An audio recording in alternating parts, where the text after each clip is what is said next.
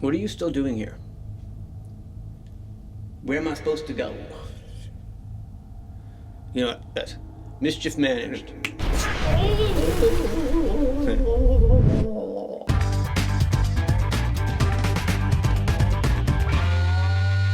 As discussed in a previous video, the term spirituality can be kind of squishy, with a lot of different definitions floating around.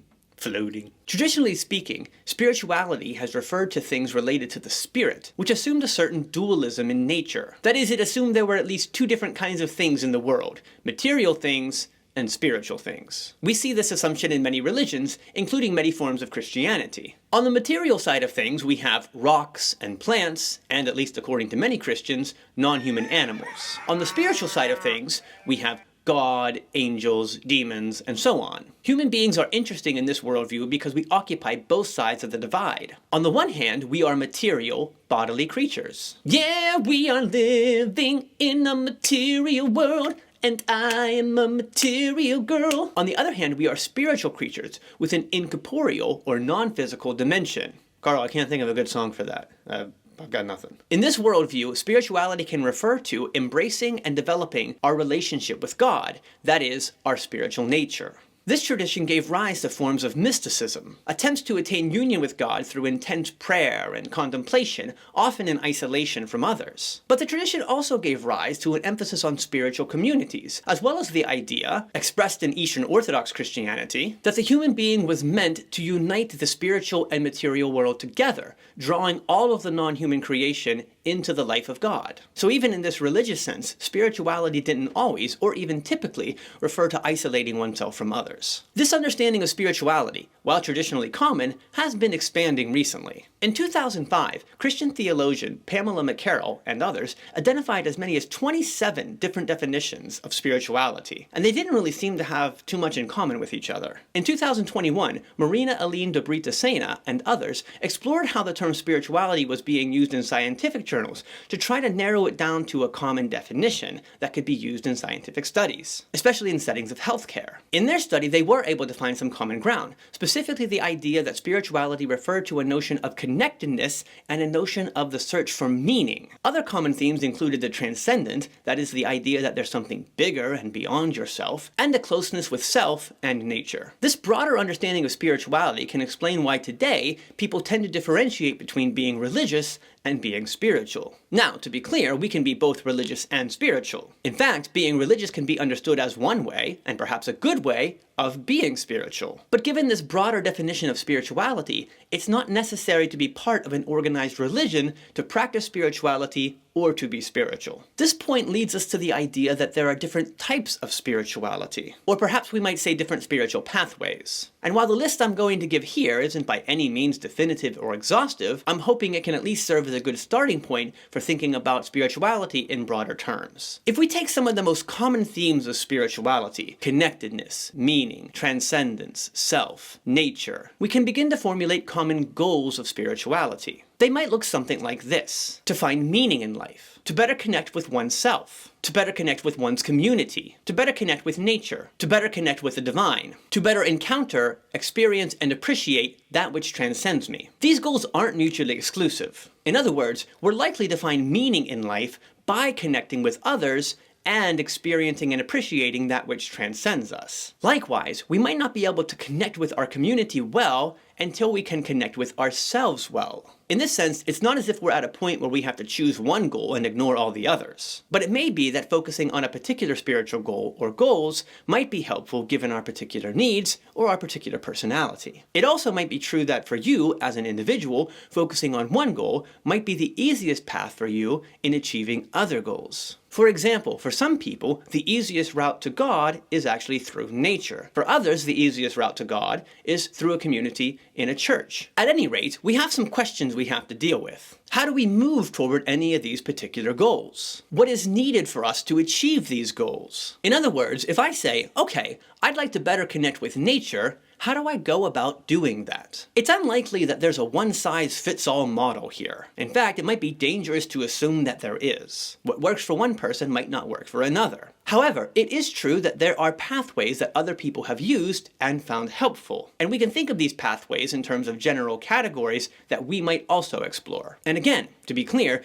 these categories aren't definitive or exhaustive. They're just a starting point. But they might look something like this: bodily pathways, mental pathways, creative pathways, knowledge pathways, community pathways. A bodily pathway would include anything that emphasizes bodily movement or action to help you achieve a spiritual goal, including getting in touch with your own body. No, Carl, not that.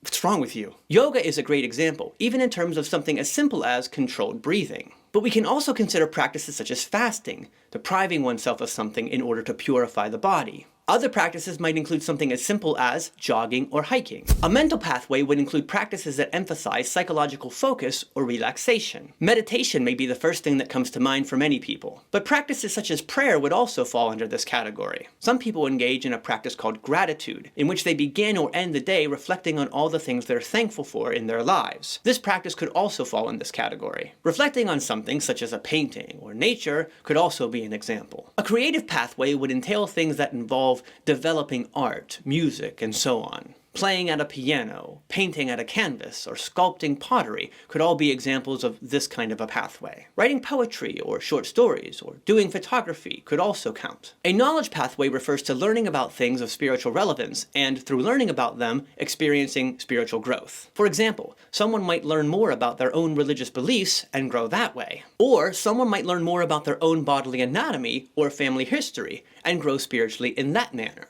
A community pathway would refer to experiences one has in the context of groups that facilitate spiritual growth. For example, people who attend church regularly may express how their experience in that community is spiritually meaningful to them. But people who attend other groups, such as book clubs, may also express this sentiment. Also, it's important to note here that the definition of community can be quite broad, even extending beyond the human community. An experience among wildlife, or your pets, or other domesticated animals can also be a communal experience that is spiritually enriching. A few points should be made here. First, there can be overlap between these different pathways. For example, people may pray or meditate, mental pathways, in communities, community pathways. People can be having an experience in nature, a community experience, but then take the time to reflect on or meditate on that experience, a mental pathway. In other words, these categories don't have hard boundaries. The point is that there might be different emphases in each category. Second, if it doesn't go without saying, not every experience in each category is a spiritual experience. Not every experience in a community or every experience in a creative endeavor is a spiritual experience. The point isn't that these experiences must be spiritual, only that they can be spiritual. Two people can sit down next to one another and look at a painting. For one person, it's a deeply spiritual experience. For the other person, it's immensely boring. And that's not to say that one person is superior to the other. It's important to note that different things might work better for different people. Part of the task is to figure out what works best for you in terms of helping you express your spirituality, if that's something you're interested in. Now, if we can look at these different goals and these different pathways together, we can envision how many different types of spirituality there might be. Someone might be able to better connect with themselves through a bodily practice such as yoga, and through doing that, also simultaneously better connect with nature. In this case, they're using a bodily practice that might also function as a community practice to accomplish two goals: connection with self and connection with nature. Another person might find meaning in life by learning about the history of the universe and the history of life on Earth, including biological evolution. This knowledge might give them a sense of interconnectedness and kinship with all other living things. It might also give them a better appreciation of their place in the world. Here you have a path of knowledge that is doing a couple different goals: giving a better sense of the self, who I am and my place in the world, a sense of meaning, again, my place in the world, but also a sense of connection with nature, a connection with the community of life and with the universe at large. The questions are, what goals do you most identify with? What pathways are most compelling to you? What practices within those pathways seem most appealing to you? If you can answer these questions, you'll probably have at least an initial sense of what exploring your own spirituality might look like. Until next time, farewell.